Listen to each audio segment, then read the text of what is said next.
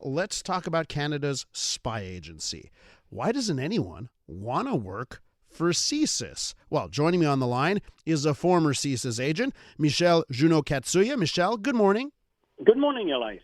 So let's talk about this. I referenced this a little earlier on in the show. For me, being a spy has always been like, I'd love to be a spy. Wouldn't that be a cool job? I know a lot of people feel the same way. There's one of the most popular movie franchises of all time is about being a spy. So why is CSIS having trouble recruiting to a profession that I think, a lot of people in the back of their head say to themselves, I'd love to be a spy? Well, the problem is not really with the recruitment. Matter of fact, just last year alone, they had over 40,000 applicants. So the recruitment per se is not necessarily the problem. Uh-huh. The challenge is to find the right people, but ultimately to keep them. Uh-huh. That's their challenge. The real challenge for them is keeping the people after they spend literally millions of dollars training them, because there is in the contract one big problem. It's called the mobility clause. Mm-hmm.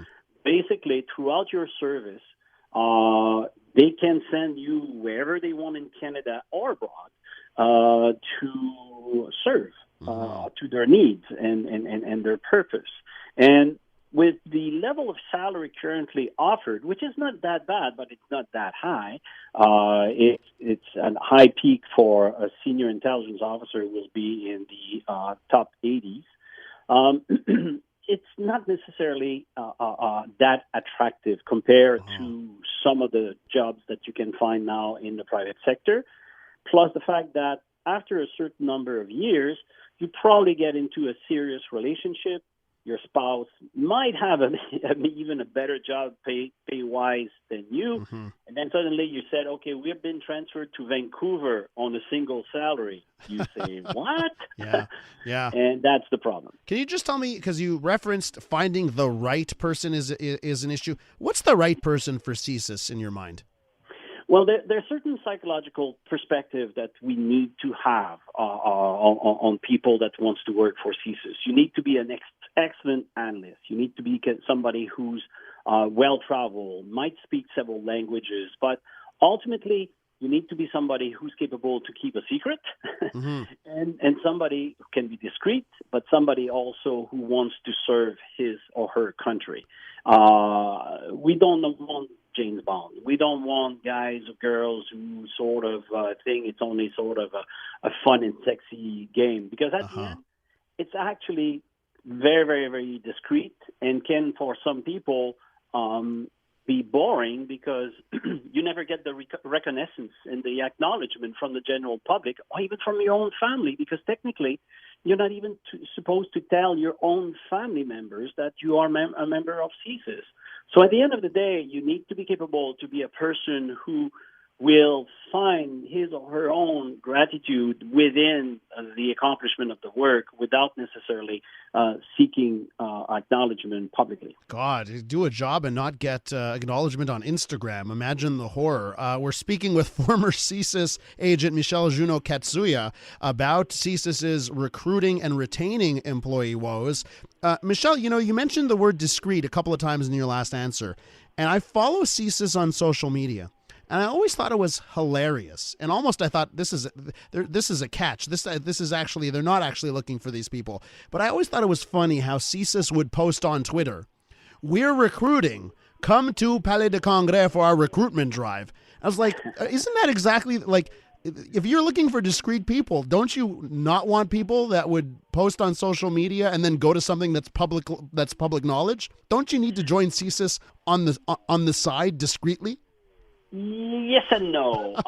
There is these kind of recruitment that are taking place. Uh-huh. There is some people that will be assigned to very, very specific jobs, and we want them not to be known by anybody, including the people within CSIS. Mm-hmm. It happened. In general, the career stream that is offered will manifest itself at one point. So we want to be sure that people sort of come, because one of the problems that CSIS is having also independently is that the Canadians don't even know that CSIS exists. Mm-hmm. And a recent survey demonstrated that over 1/3 of the Canadians don't even know what CSIS is about, or that we even have a CSIS in Canada. And that is one poor policy that CSIS have been sort of applying for so many decades now, which I hope one day will change, that they should be capable to explain their job more often when the news calls for it.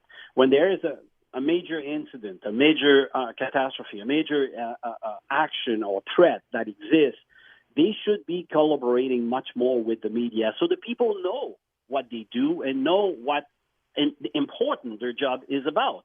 Maybe we will not be capable to tell you for that specific job when you saved the day, or that specific job when you prevented a terrorist attack to take place. No, we won't go into the details. But at least you will have the acknowledgement that you're part of an organization that is doing a fantastic job to protect our society and our democracy. But they're not doing that. And I hope somebody will have the enlightenment one day to understand and to look how other agencies around the world, Western agencies, are working with the media. It's not a question of manipulating. It's a question of being capable to explain things, to explain what you're doing. So when people will know you a little bit more, you might not be forced to do as much sort of circus trick in order to sort of attract the people. But let's put it this way: out of 40,000 people applying last year alone, and in average they will keep less than 200 people per year. That's a fairly big pool to go through. Some are eliminated right from the get-go because you can see that they don't have the profile, they don't have what it's needed. But the recruitment exercise is about 18 months-ish for and a myriad of tests and polygraph and interview and psychological assessment that needs to be done prior and before we recruit somebody. Because ultimately, there's a threat against CSIS as well. Yeah. There's other agencies who are trying to send their mold, are trying to send their agent posing as a candidate, but ultimately will be trying to sort of spy from within. Michel, I only got like 30 seconds here, but I got to ask you, because when I introduced you, there's that word there, former CSIS agent. So in 30 seconds, why are you a former CSIS agent and not a current one? Because I thought that after all the experience I gained, which spread over 2 decades, I could serve my country better by going into the private sector, offering the same job and the same services, but now to the private sector. Michel Juneau-Katsuya, a former CSIS agent. It's always fun to talk to you and really enlightening there. Thanks for your insight. Always a pleasure, Elias. Cheers.